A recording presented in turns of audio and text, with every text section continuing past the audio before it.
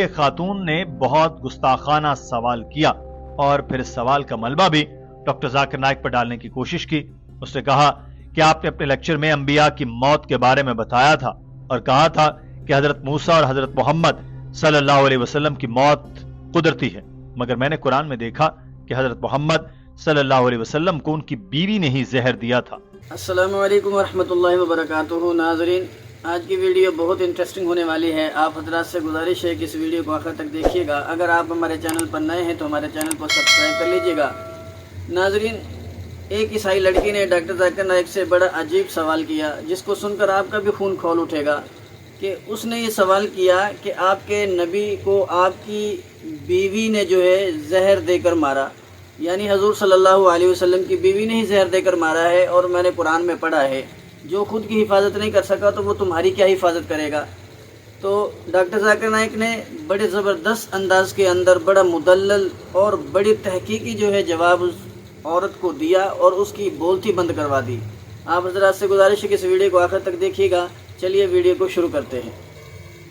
بسم اللہ الرحمن الرحیم۔ السلام علیکم ناظرین، ہمارے پیارے نبی حضرت محمد صلی اللہ علیہ وسلم ایک انسان اور اللہ تعالیٰ کے سب سے برگزیدہ پیغمبر تھے۔ وہ انسان تھے، اس لیے ان پر جادو کا اثر ہوتا تھا، بیماری آتی تھی جیسے تمام انسانوں پر آتی ہے۔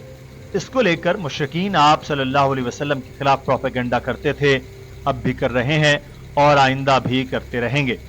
بطور مسلمان ہمارا فرض ہے کہ ہم اس کا جواب بھرپور علم اور دلائل سے دیں۔ اگر علم نہیں ہے تو کم سے کم یہ کوشش کریں کہ اس پروپیگنڈے کا شکار مت ہوں۔ غیر مسلم آج کل اسلام پر ہر طرح کے حملے کر رہے ہیں۔ وہ خود سے باتیں گھڑ کر ان کو پھیلاتے ہیں اور کم علمی کی وجہ سے اکثر مسلمان سمجھتے ہیں کہ یہ درست ہے۔ سوزن نامی ایسی ہی ایک خاتون نے بہت گستاخانہ سوال کیا اور پھر اس سوال کا ملبہ بھی ڈاکٹر ذاکر نائک پر ڈالنے کی کوشش کی۔ اس نے کہا کہ آپ نے اپنے لیکچر میں انبیاء کی موت کے بارے میں بتایا تھا اور کہا تھا کہ حضرت موسیٰ اور حضرت محمد صلی اللہ علیہ وسلم کی موت قدرتی ہے، مگر میں نے قرآن میں دیکھا کہ حضرت محمد صلی اللہ علیہ وسلم کو ان کی بیوی نے ہی زہر دیا تھا۔ اگر وہ نبی سچے ہوتے تو ان کو معلوم ہونا چاہیے تھا کہ ان کو زہر دیا گیا ہے۔ And my question is, in your lecture you said that about the death of the prophets, and in that Moses and Muhammad are of a natural death. And I came across the Qur'an that Muhammad was given poison from one of his wife, and she gives in such a way that if he is the right prophet, he must be able to discern that he's been given that poison. ناظرین، یہ سوال سن کر یقیناً آپ کا خون کھول اٹھے گا، اور ایسا ہونا بھی چاہیے۔ یہی جذبہ ایمانی ہے۔ یہ الزام براہ راست حضرت محمد صلی اللہ علیہ وسلم کی کسی ایک بیوی پر لگایا گیا تھا، اور مسلمان جانتے ہیں کہ آپ صلی اللہ علیہ وسلم کی بیویوں کو امہات المومنین کہا گیا ہے، یعنی وہ مومنین کی مائیں ہیں، اور کسی کی ماں پر ایسا الزام تو کسی طور برداشت نہیں کیا جا سکتا۔ ڈاکٹر ذاکر نائک کے تاثرات بھی یہ سوال سن کر بدل گئے، مگر انہوں نے اپنے غصے پر قابو پاتے ہوئے گفتگو نہایت اخلاق سے کی۔ انہوں نے قرآن پاک اٹھایا اور کہا، یہ رہا قرآن، میں آپ کو چیلنج کرتا ہوں کہ قرآن کی کوئی آیت دکھائیں جس میں کہا گیا ہو کہ ان کی کسی بیوی نے زہر دیا۔ قرآن میں کہیں نہیں کہا گیا کہ ان کو ان کی کسی بیوی نے زہر دیا۔ اس جیسی کوئی آیت نہیں ہے۔